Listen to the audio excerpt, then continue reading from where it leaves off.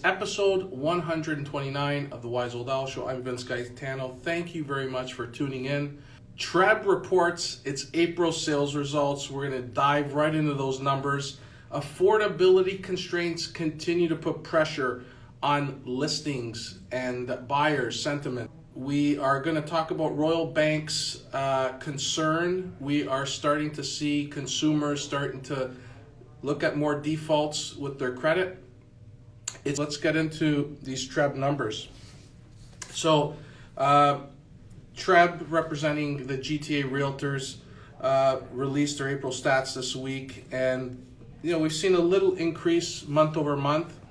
And what's surprising is that the core of Toronto is doing really well.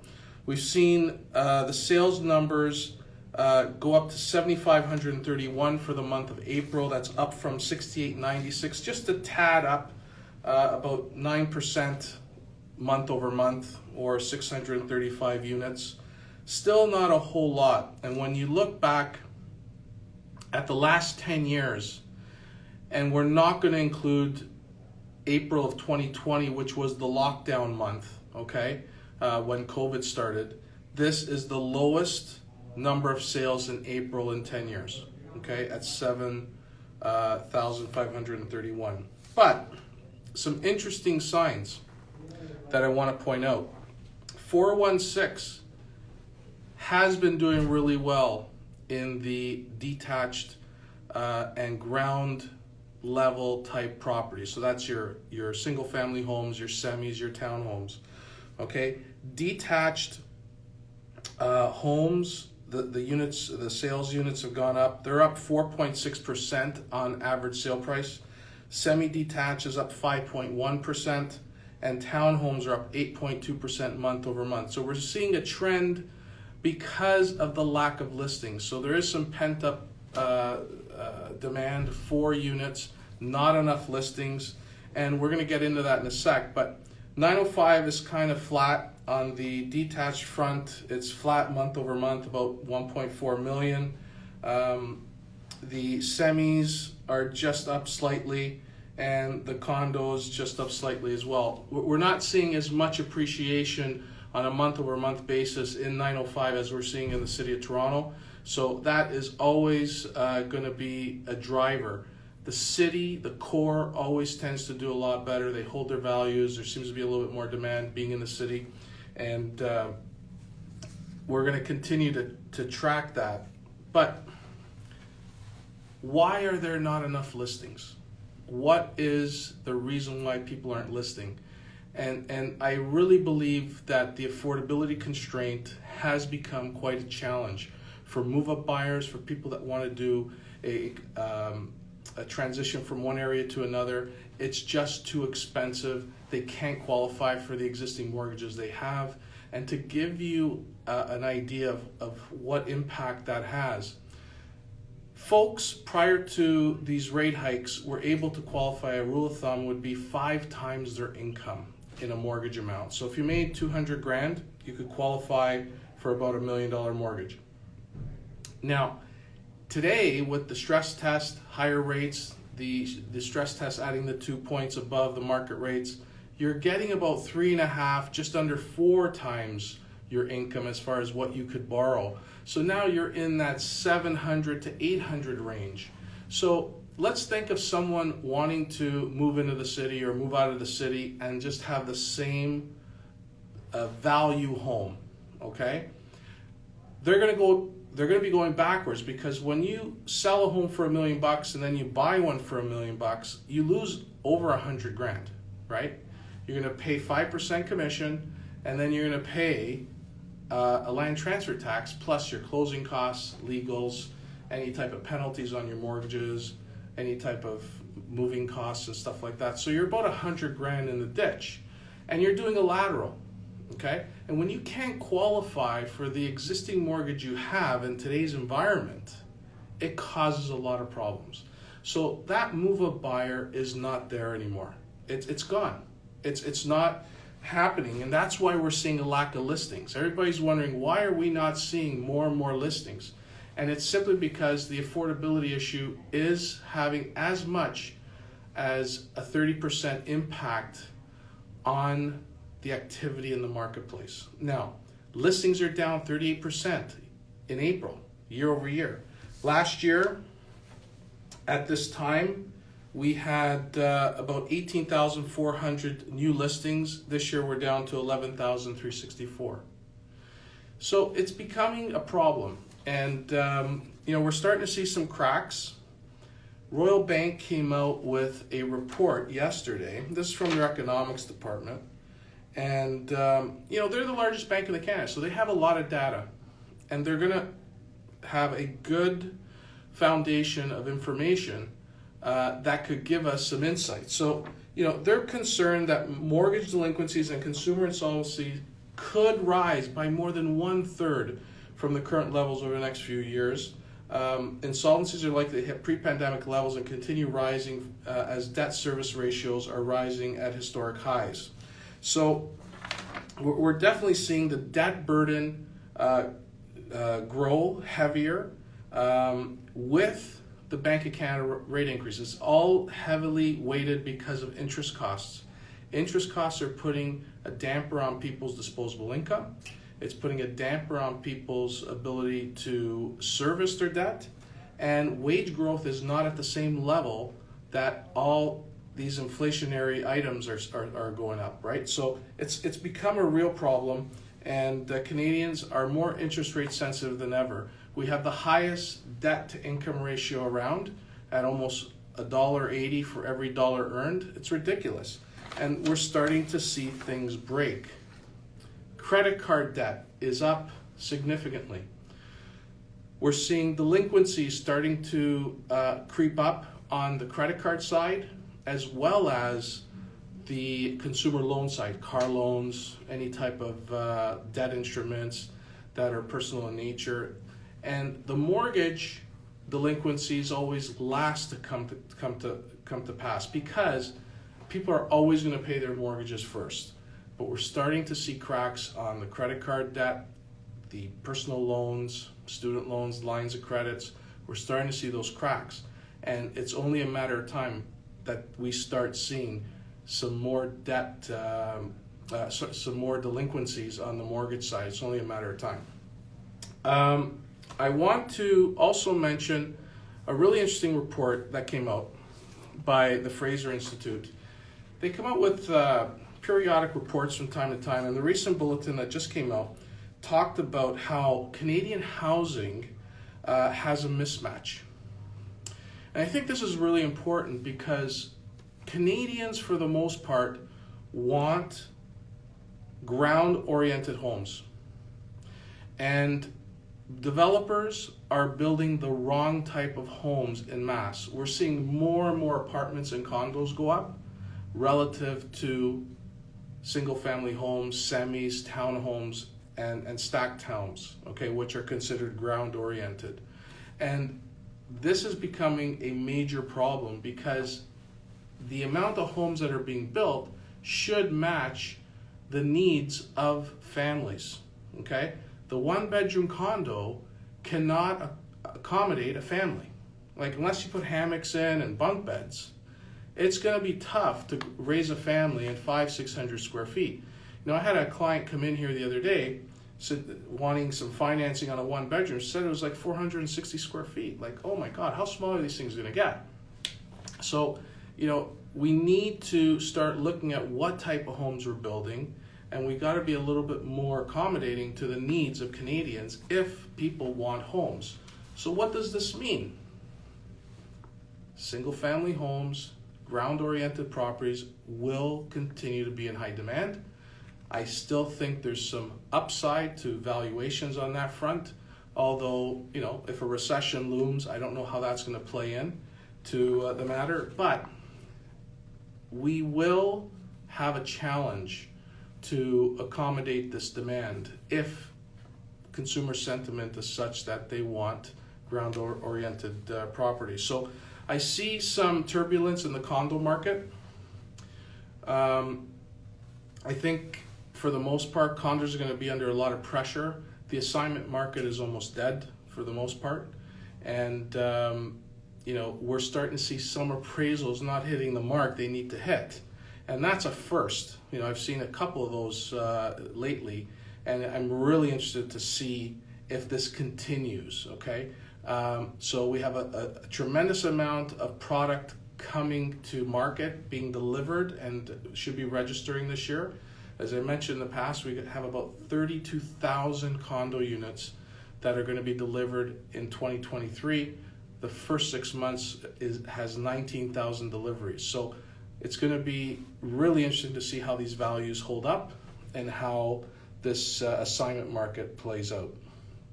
But we got quite a few people on today. I'm not sure if we have any questions yet. We got quite a few here. So let's get into any questions that you may have. Randy Selena 1, what's going on in Whitby? Saw a house sold for 202 over asking. It's supply. There's lack of supply, and there's more people needing homes than there are available, so it's going to drive prices. A lot of individuals are listing properties still below market. And I'm going to tell you a little story that I was involved in last night. I got my tongue's tied today. I don't know what it is. It's been a long day. But I was working with a client. They went in firm on a property on Lansdowne in Toronto. It was listed for 12499. Okay? They registered their offer. They went in at $1,355,000. They said, Vince, are you sure we could afford this? So yeah, we got you all pre-approved. You go in firm, but you should have an inspection. They went through the house. They felt that it was a solid home, so they bid 1,355. No conditions, 30-day close, firm offer. Agent comes back and says, okay, we'll work with you, but we want 1.4. My client's like, well, if you're going to work with me, that means I got the highest offer. Why would I want to give you more? Like, you listed it for 1,249. I offered you 1,355. So with a bit of haggling, the selling agent, the buyer agent, said, listen, I'll throw some cash in, we'll make it happen. So we bumped the offer up to 1,375. That was the final offer my client put in. And the seller said no, killed the deal. Said, no, we're gonna delist the property, we're gonna relist at 1.4 and change. I'm like, why the fuck did you waste everybody's time? Honest to God. Like, these are the games these realtors play. It's sad, okay? I don't know why you wasted everybody's time. And why list it at 1,249? If somebody comes in at higher than that, and you're not gonna accept it, like, why go through this whole fucking exercise? Like, it's an absolute dog's breakfast. So, anyways, clients walked away. They were really turned off by it. Not really interested in playing this game. They couldn't make sense of it. They just wanted to buy a house. They thought that it was listed for 1,249. They were told there would be multiple offers. They went in with their best offer. Why would they compete against themselves? Like, it makes no sense. And I don't blame them. But, this is the type of stuff that drives people mad. It really does. It makes no sense, and I don't understand it, because it just wasted everybody's time. I'm on the phone, interrupted during my dinner to help these folks out, and no deal. Agent kills it, and for 25 grand. Like, I don't know. It's just crazy. But this is the market we're in. Makes no sense. Anyways, what we're going to do is, I don't know if there's any other questions. But here we are, GTA real estate investor. Are we still thinking rates going down this year? I think it might take longer. Also, banks may not pass all the rate cuts to consumers. This is a question we get every day, dozens of times. I don't think the Bank of Canada is doing anything. I know the Fed increased yesterday, and a lot of people were saying, well, Vince, you think the Bank of Canada will follow? I don't think so. I really don't think so. I think we're going to be holding for a very long time. Okay, now the fixed rates might see some movement down as we get into this competitive spring market and summer market. We may see, the 5 years settle in that 4% range, low fives. that's where we are. As far as the Bank of Canada is concerned, I don't think we're going to see anything happening until 2024. I think duration is going to be the key here. They have to get this inflation down to that 2-point mark, and it's going to be really sticky from 3 to 2. I think we're going to have some trouble getting there, but they will have these rates sitting here for a while. But we're going to see some competitiveness on the fixed rate side. So if you're thinking that the Bank of Canada is going to be cutting anytime soon, wish again, it might not happen. Unless, of course, there is a dramatic financial crisis. And, there is some thought that the U.S. could very well experience a financial crisis. And if that does happen, all bets are off. We could see rates impacted to deal with that. Now, I don't know how the Bank of Canada is going to address that, but for the most part, OSFI are looking at tightening credit, which is going to be tougher to get mortgages. People are going to be moved into the alternative and private space more so, as it becomes a lot more difficult to get traditional prime A financing. So it's going to be really interesting to see what happens. Not sure if there's any other questions here. Hope that answers it. Alex World, can I pay off my mortgage at 5-year renewal date? How many days ahead can I do that? TD is telling me only 30 days prior to my renewal date I can do it with no penalty. Does this sound right? Okay. When you're at the end of your renewal, you have the right to do whatever you want. You could make a lump sum payment, you could renew it, you could pay as much as you like off. You're at the end of the term. It's fully open for that period of time. Some lenders give you that wiggle room of 30 days, 15 days prior to maturity. You make arrangements with them, make sure the funds are in place so you can make the lump sum payment. But it does sound about right.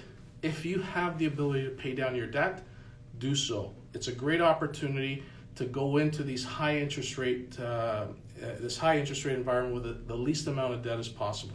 So hammer it down, get to zero as quickly as you can. You're making a big move there. Great move. So good for you that you have the ability to do that. Okay, let's talk a little bit about the used Porsche tracker. So as many of you know, last September, I started tracking on a weekly basis how many used Porsche cars are for sale on AutoTrader. I do a search of all used Porsches that are for sale within 100 kilometers of where I sit here at Dufferin Orphis, just south of Yorkdale, to get an idea of what is the sentiment with toys. Okay, whether it's a cottage, whether it's a snowmobile, whether it's ATMs, boats, whatever. When things start getting rough, people get rid of their toys. So I decided on choosing the Porsche to track, and curiosity brought me to AutoTrader. So this week, we are sitting at 1,052 used Porsches for sale as of this afternoon. Last week, we're at 1,044. The week before that, 1,034. So it's gone up about 18 Porsches for sale in the last 2 weeks, more than where we were at. We're starting to see it trend downwards, but it's now moved back up. It's 11.4% higher than where we were last September when there was 944 of them for sale. So an interesting data point that I like pointing out, because I think it really tells a tale of what people are unloading. Okay, like we're going into the spring, people want to get their Porsches out on the road, and we have more and more people selling them, which gives you an indication that people are shedding toys, could be cash strapped, looking for ways to unload expenses and getting rid of some toys to get some cash. Okay, there's a question here by Delia M777. I'm not sure I quite understand it. Can you explain mortgage recast? And do most banks do these? I don't know what that means. If you could clarify that, I'll answer it, but I'm not sure I quite understand that.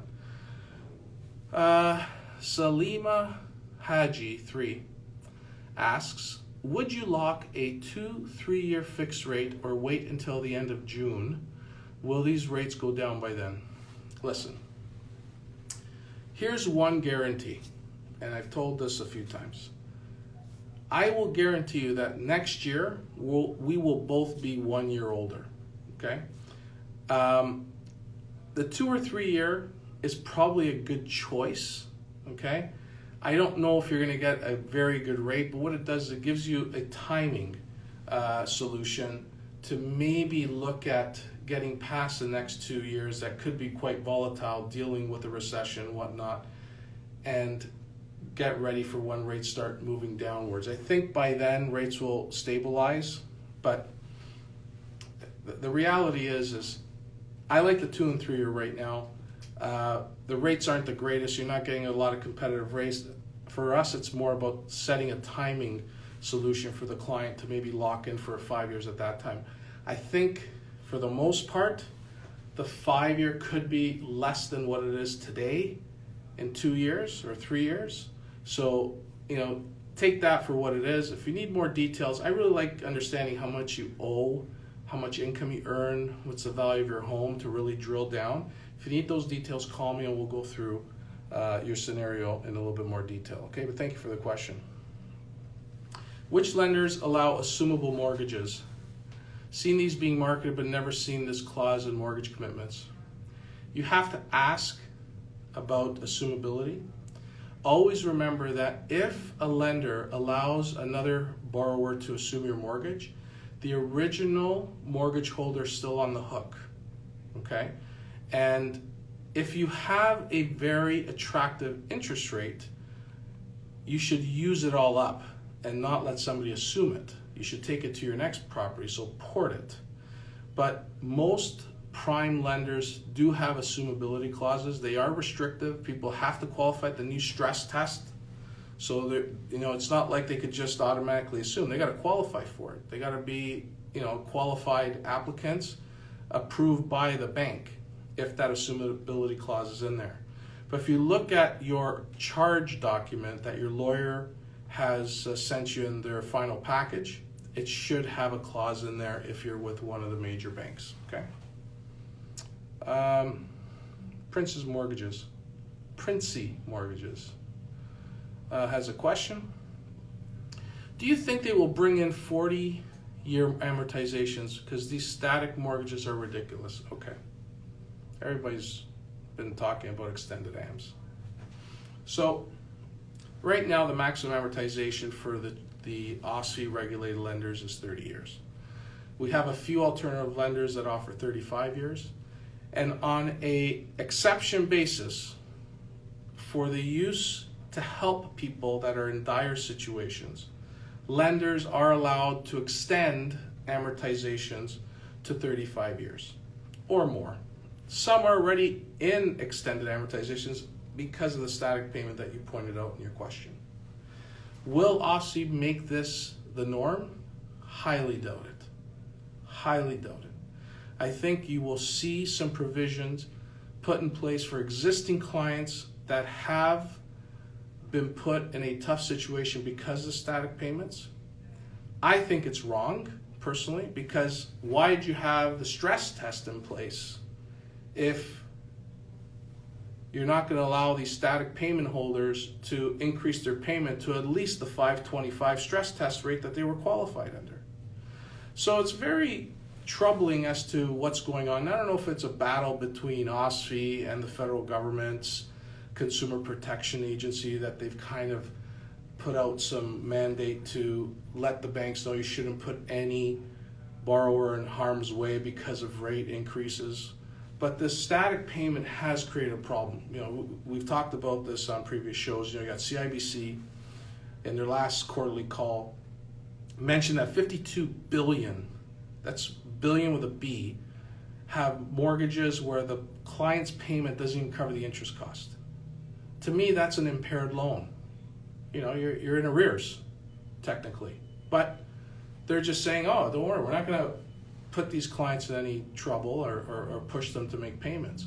But they were approved at a stress test rate. So why not have them make the payment at 525s to get them back on track? Like a lot of these mortgages are on this infinity plan. It's a Buzz Lightyear mortgage. I joke about it. It's like the infinity and beyond mortgage. It's the never plan. They'll never pay it off. But I don't see 40 years coming in. I don't think OSFI wants to stimulate the economy. I think they want to control it. They want to stabilize it. They want to try to make sure they get a grasp of what is on their books, bring it under control, and extending a 40-year amortization is only going to create stimulus, which they don't need, and cause further inflation to values of homes. So I don't think it's going to happen, but who am I, right? That's my take on it. But thank you for the question. Jordan 4, how does rent to own work?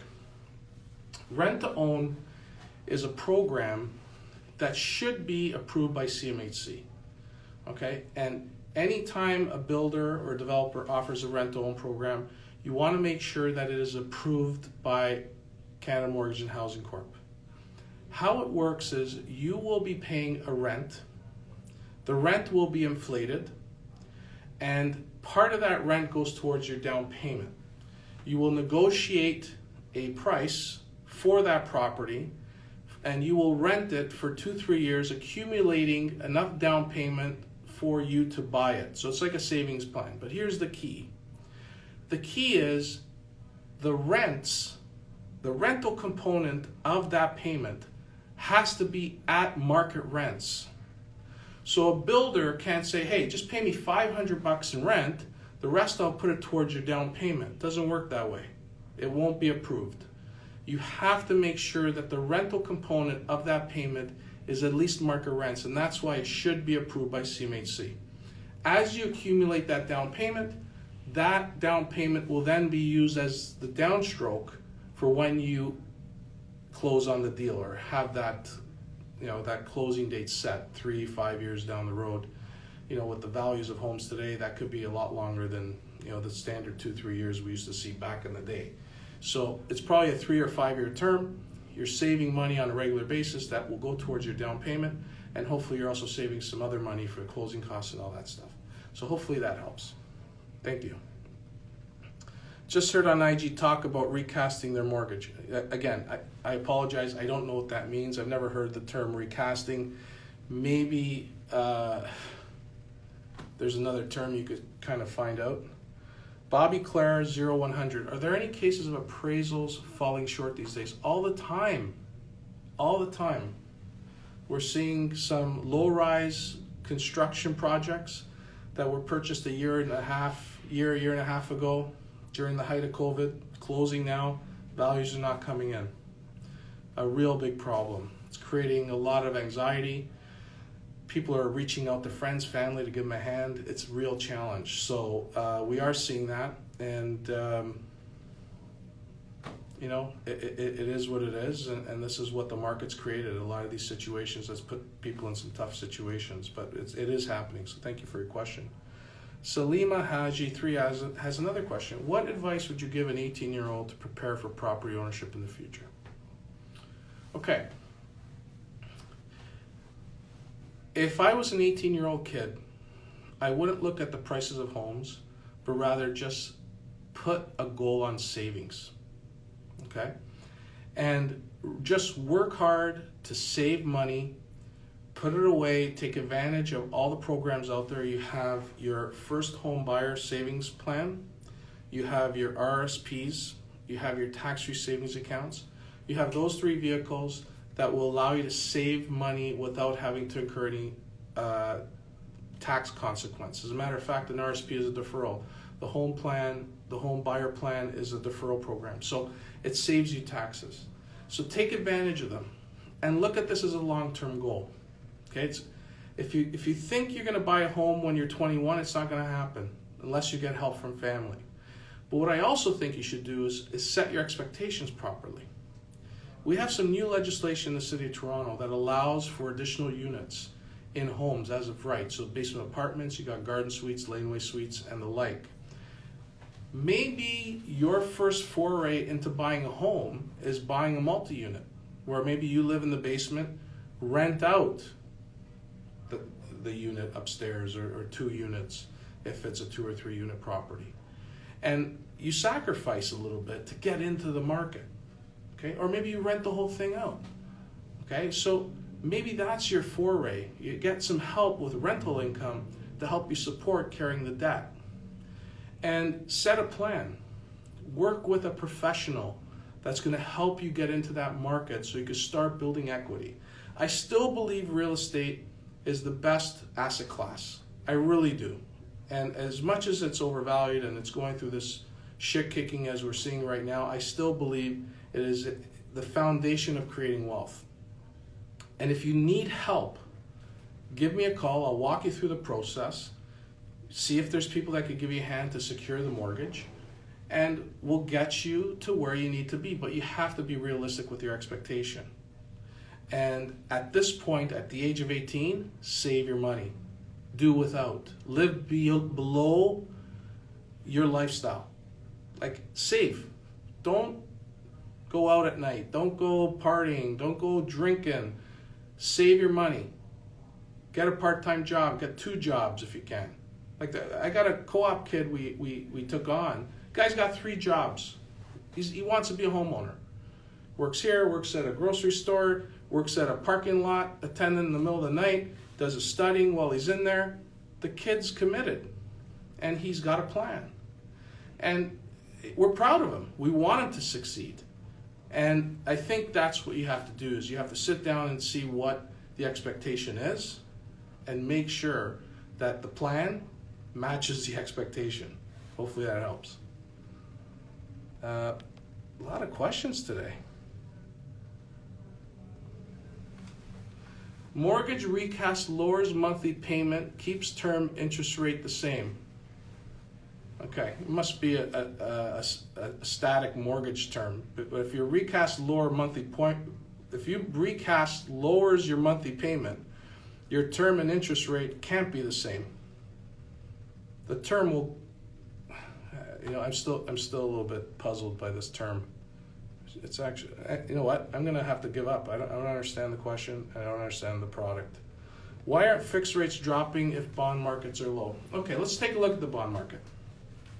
It's floating in that 3% range. So the last 2 weeks, we mentioned 2 weeks ago, we're sitting at 315 on the 5-year bond. Last week it was at 310. Today it's at about 290, 288, 290. Okay, so it's down about 20 basis points.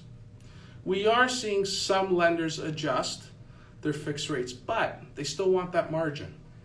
As a matter of fact, they want more margin because a big portion of their book is not performing and paying off at the amortizations they originally contracted to because of static mortgage payments.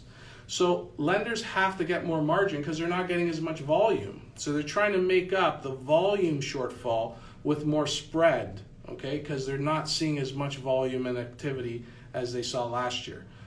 Mortgage volumes have dropped. They've dropped like a rock, okay? So, they're trying to make up for that shortfall in market share with higher NIMs, net interest margins, is what they use in the industry, and I think that's why you're seeing that. How static mortgages are getting renewed now? So almost is amortization staying to new ammo? This is the question most lenders are trying to figure out. I think what they're trying to do is they're going to try to work with clients to see what they can afford. I think it's going to be a mixed bag. I don't think one solution fits all. It's really going to be on a one-off basis, but I think they're going to try to get people back onto their original amortization. It might involve a lump sum payment, might involve an increase in payment, but it's going to be a real challenge, and we're really going to see how that plays out come 2024, 2025, when the shit hits the fan and renewals are up for these COVID warriors, as I call them. Okay, Princey Mortgage. Appraisals are coming in 100K below in some areas and a lot more in others. There you go. So thanks for helping me out there. We got a couple questions from our hockey helmet bag here. We get a lot of questions during the week from folks. So let's answer a couple. We do that every week. From Verunda_Nissarge. How do you find a foreclosed property, and is it advisable to do so? Okay, if you deal with a realtor, they could do a search of all power sales that are on the market. Keep in mind that properties that are under power sale don't necessarily always come with a very attractive price tag, okay? Anybody that goes through this process has to get 2 appraisals or more to substantiate the list price, and they have to make sure that they sell for market value. So call your realtor. They can do a search of all power sales that are for sale. There was somebody on Twitter tracking this. I think we had about 60 to 100 power sales on the market in Toronto, and I don't know if that is still the case, but that's probably the best way to go about it. Okay, we'll do one more. Mario 8874. At what point do these higher interest rates really start to take effect on the everyday person? Okay, this is a good question. As I mentioned earlier on the show, wage inflation's not at the same pace as the interest rate spikes that we've seen. We have seen a 425 basis point hike in the Bank of Canada's overnight interest rate in a year, and it's really playing havoc. People's interest costs are going up double, triple for those that are in variables. For anyone that's going from a fixed renewal to today's rates are almost going to see a double from where they were at. So it's really going to start having an impact on their discretionary spending. So the everyday person who has, a set amount of discretionary spending every month, if a larger portion goes towards interest costs, they have less money to spend on everything else. So consumption goes down. We will start heading into a recession because people aren't consuming at the level they used to be at. And to give you an understanding of how this works out, a while ago we had a case, and I used this on the show maybe 15 weeks ago, back in January. We had a client that went from $299 on their mortgage rate to $799. Their mortgage payment, the interest component, went up $19,500, almost $20,000 a year. Okay, it worked out to, I think it was like $1,580 a month. So all of a sudden, his mortgage payment goes up by that much, and he has that much less to spend that month. So, we worked with them, got rid of a car. He had to get rid of one of the cars, and they had to, his wife and his kid had to split the car and work things out. That's what it got to.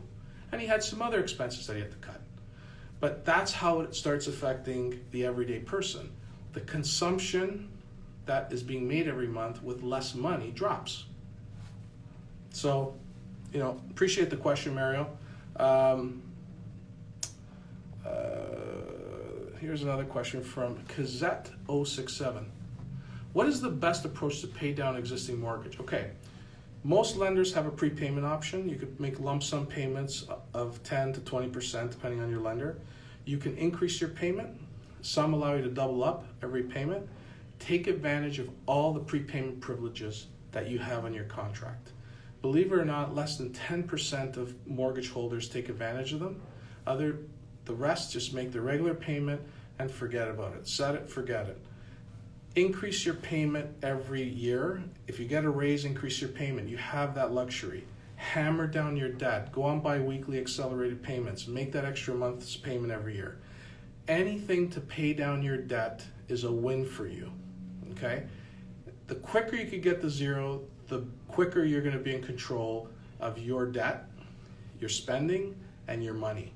So get rid of it as fast as you can. One of the things we talked about, when rates were at rock bottom levels, that was the best time to pound down your debt, okay? And I always use this example. If you have a $200,000 mortgage and you're paying 5%, if you could get to a $100,000 mortgage balance by the time rates double to 10%, your interest cost is exactly the same. 5% on 200 grand is $10,000 a year. 10% on 100 grand is $10,000 a year. You're always paying the most amount of interest when your balance is the highest. So you want to get rid of that debt as quickly as you can before rates start going up. And a lot of people used a lot of that excess cash that they were qualified at 525, paying 1.5 on variables, to live a lifestyle, instead of using that to pay down their mortgage at an incredibly fast pace and owe less, right? Because when you owe less and rates go up, it's not as impactful. So pound your debt down, hammer it, get it to zero as quickly as you can, do whatever you can possible. Joe Sirianni, do you foresee more inventory in the housing market within the next 3 to 6 months? No. If rates continue to sit at these levels, the affordability issue is going to continue to put pressure on this market because people can't qualify. People have lost their borrowing power because of the stress test. We have OSFI have just completed their consultation with the public and organizations that they're associated with, and they're going to probably be tightening further. So if you have less access to credit, it's going to make it more difficult for people to go out and buy at these levels. So I don't think we're going to see any slack on inventory.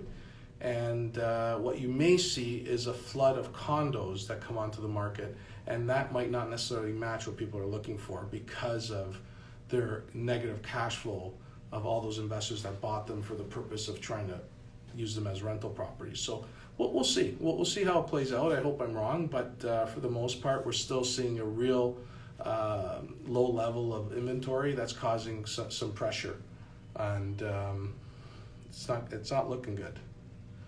Got a lot of people on today, a lot of questions. This is all good. Oh my God, 4:42. I'm gonna wrap this up. Enjoy the weekend. Weather's getting better. Get out there, enjoy the sunshine, and we'll see you next week for episode 130. Take care.